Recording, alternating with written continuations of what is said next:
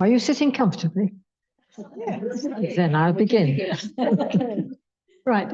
Today we're going to try the TwoRivers paper, which, if you remember, is handmade from cotton and linen, rag, I think, and very much handmade, as you can see from the edge of the sheet itself. This gives it quite a bumpy surface, which is what we're all about. Also, because it's handmade, this is a random surface, again, like the cardi paper, which gives you a random bump. The arches is a bit more regular, but it's good enough for me. Anyway, this one is expensive. But on the other hand, if this is what you like and this is what turns your pictures into magic, it's worth the expense. So, you know, just enjoy using it. So I've chosen a very simple picture. It's this one here. As you can see in my drawing, I've moved the boat slightly over. Compositionally, that's a good thing to do because you want to give the boat somewhere to move into. And if it's sat in the middle of your picture, as you can see in the photograph, it's going to run against the wall of the edge of your picture very quickly. So I've moved it over to that side of the scene to get it to give it room to move into. And I've chosen this particular view. The boat is coming diagonally across your view, which gives me a bit of light on this side of the boat. Just a little bit of light on the side of the boat, as well as that whacking great sail. Okay, so you will find that this paper accepts paint differently. It's one of the reasons why we're trying different papers, so that you can find the one that suits you best. I'm going to start by putting in the sky. Can I have the book, the paint? Yes, because I want to put it on something. It just needs to go on something so that I can see where the edge of the paper is. That way.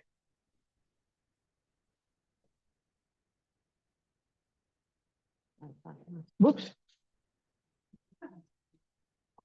Okay, so what I'm going to do first is to wet the sky right down to the horizon line. And I don't mean soak, I just mean wet. But I'm going to come up to where the white sail is. I'm not going to put the water on the white sail. This does two things. One, it gives you a chance to push the paint around a bit because it's in water before it settles and dries.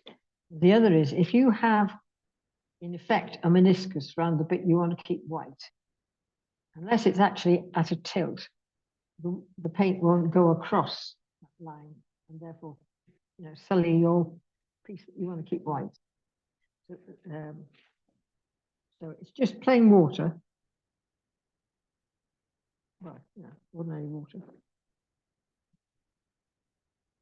And I've got a flat brush because it doesn't have, flat brushes don't contain as much water as round ones. And it gives you a chance to control what you're trying to do. Because we're not out in Italy, it's going to stay wet for a while.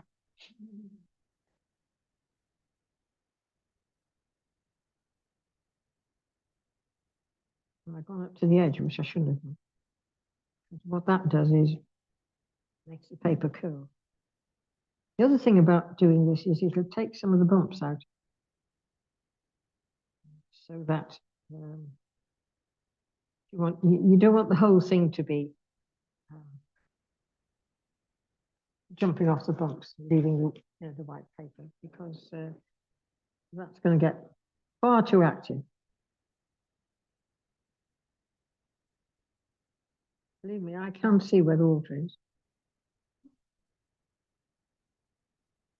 I haven't gone over the sea. It wouldn't matter because the colour I'm putting on is going to be fairly pale. I think I should actually mix some colour up before I did all this, but there we are. Isn't perfect, is it?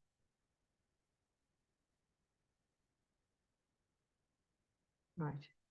Okay, so blue. Should I have cobalt? Wait a minute.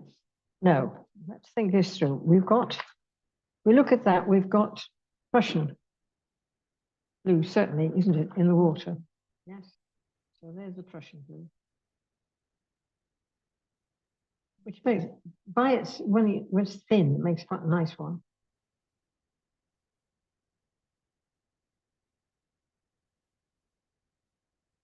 Incidentally, you can see that's a transparent color because it's tinted the water, it hasn't clouded the water.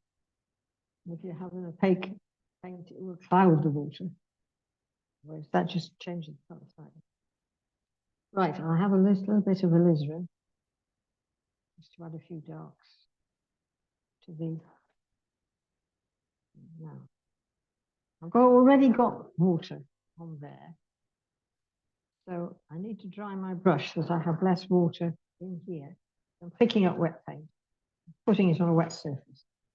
If I had this soggy, that soggy, it's just go all over the place, totally lose control. I might not have made enough, you know, that's life, isn't it? Right, oops, yeah. So I'm just going to decide where I want this to go. The sky needs to point out that we have got a white sail. If there's no contrast, then it's difficult to see that it's there. I'm not sure that's dark enough. I'm going to have to go a bit dark. Right, okay. Make it a bit darker in places in a minute. I don't know if you can see that yet. I know you can, but I don't know if anybody else can. So I'm going to add a bit more color up here.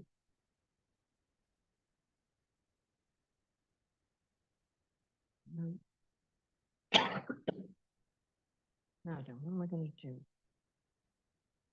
One of the things George used to say is don't have every color the same, every corner the same color. If I bring this blue sky down here, it's going to help to make that sail stand out. And then if I add a touch of this, get a sort of purple shade and put it in.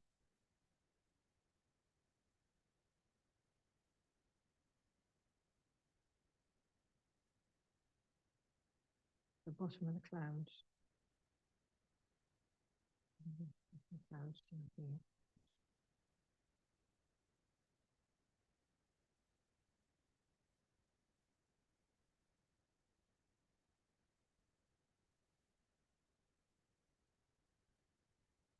Right?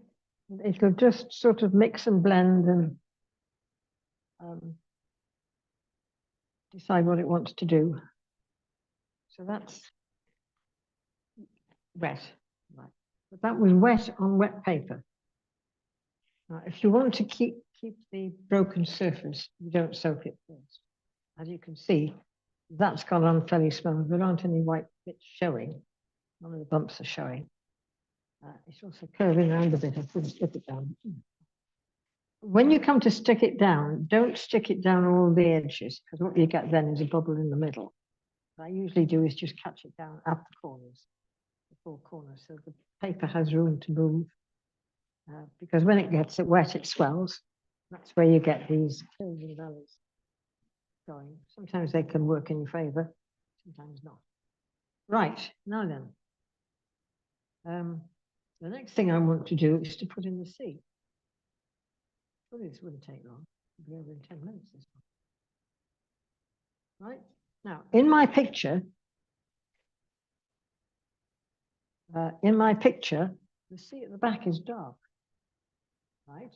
And it gets paler as it comes forward, which is great because I want the airy-fairy bit to be the front.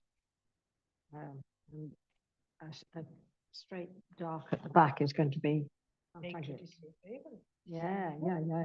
Now then, I think I could add a bit of iridium. that blue.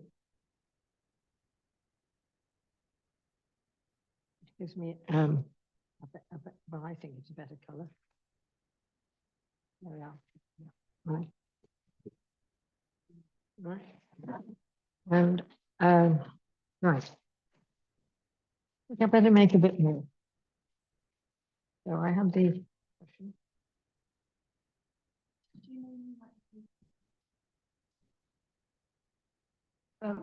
partly that and partly to allow the paint to kind of make the sky swim about a bit and find its own happy place. Thing to do, you can push it about a bit when it's all soggy wet like that. But once it starts to dry, as it has, leave it. For one thing, nobody's going to see them any slight mistake you've made. You know, they're just not going to see that if you keep your picture lively. And also, inevitably, if you find something, you make a reasonable and you get a mistake, it glares, and everybody sees that, and then you have to tear it up and put it in the bin. Not a good thing, right? Oh, I did that. May I have my bag? That's the one, yes, thank you. Having it somewhere, thinking that I was using as a try. Because when you're doing dry brush, you certainly need that. The dry brush that you want. Anyway, I don't want dry brush vacuum. I'm going to right. I'm starting at the mast. I'm trying to draw a straight line. Okay, I'll give it a whirl. Is it quite a calm? While we got it there, let's do it this way as well.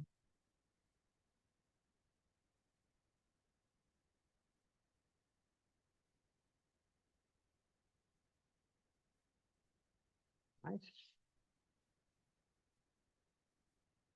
Lovely colour, isn't it? Yes. Right, you can put much more water in it. Show the brush a bit of water. Yeah. And then I go again. This time I'm catching the bottom end of that bit. And I'm allowing it to break away from the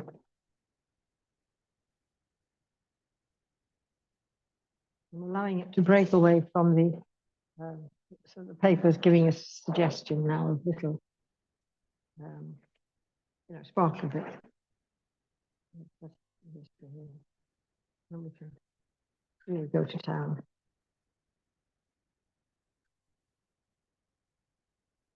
Right, now I've got a flat brush, has got a lot of water in it. I've got fairly dry paint, and I'm going to move at speed, because if you don't move at speed, it doesn't work.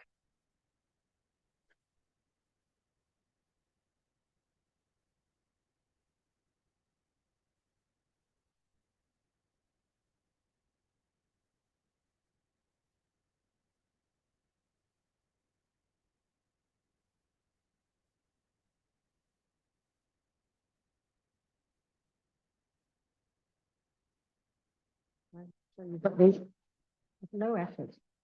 Yeah, not 3 or 4 brush strokes. You've got the sparkling water. One thing I forgot to do, I can't lift because I don't think it will lift. It might. I didn't put in a reflection. Not that there is a reflection, but it helps. So I've got to try and take that bit out. I just wet it. Again, it hasn't taken it right out, but it's taken it out enough to suggest that we've got the reflection of the water, right? Okay. Now, so that is actually the dry brush. That's it. I'm just no more dry brush. Don't cover your picture with dry brush. It just is too active a thing. You've got to use it with discretion. I think is the best way of putting it. Right. Now then. Okay, so what we've got the colour. We've got Prussian.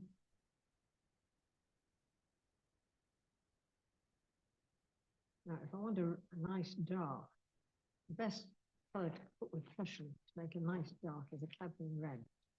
But I didn't use cadmium red and I don't want to change my colors. So I'm going to see what I can achieve with alizarin.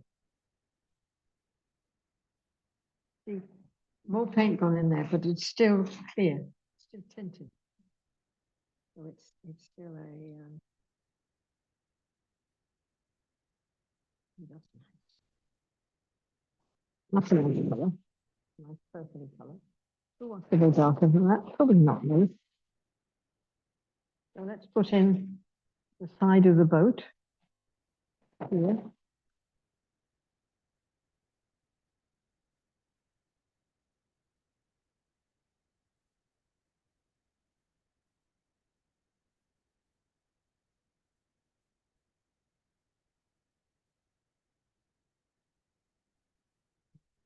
It's not.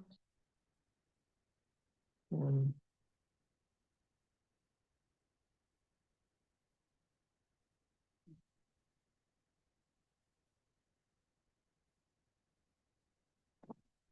right.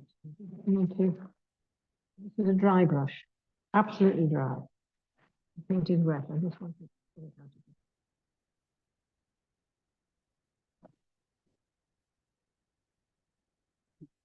So you just get that little bit of colour in the water, the shadow that the side of the boat is created. Within the back, he's actually light, but I'm going to do it dark. There's a little man in the back here. Oh, I've missed a bit of sea. Ooh. Oh dear. Nice. Okay, that's going to be fun. Okay, so we've got a little man here. We are.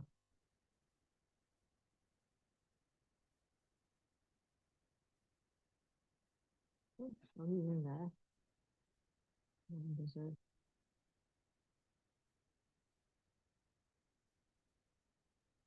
I have to put in that little sea because it just looks ridiculous, right? Right. So I've got to. Why do you all talk to me? Make me forget. You know.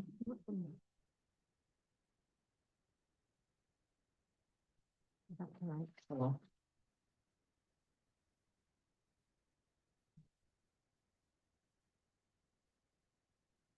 Say a prayer. I've been thinking I could have done this bit.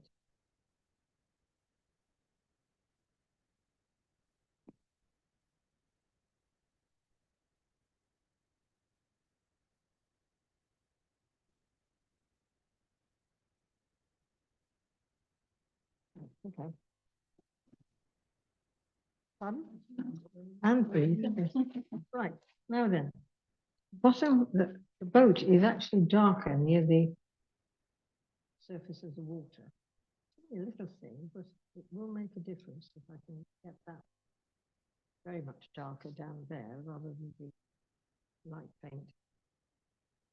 Because there will be a shadow.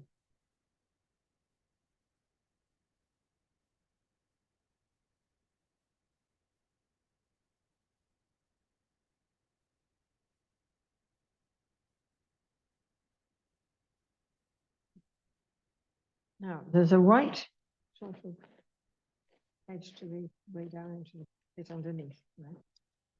I think we can afford to have a bit of a brown mass there. How am I going to get the brown? This would make a brown. With quite a bit of yellow in.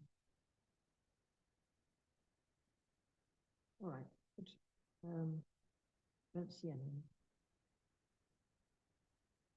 Which will give me a brown. I've included the alizarin crimson and the Russian blue in there. Just a bit at the top here and a bit of the mast. The mast isn't visible because the sail is wrapped around it. Some interesting fashion design.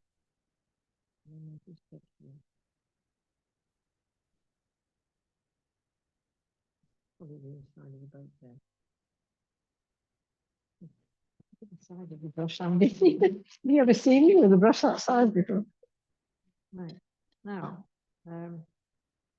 oh yes, we're going to do that. We need to put it, well, it won't show actually. It's off off the chart, isn't it? So that doesn't matter. Right. Okay. Now I need to put a bit of a shadow on that sail. You look at the sail, right? You put a bit of shadow on that sail just to make it go nicely. So, best way to get a shadow on white is to use blue. The blue I'm using at the moment is Prussian. I don't want this to be massive. I'm going to use this round brush today. Very fussy, aren't I? Okay, interesting. Right, so I've got the blue paint. And I'm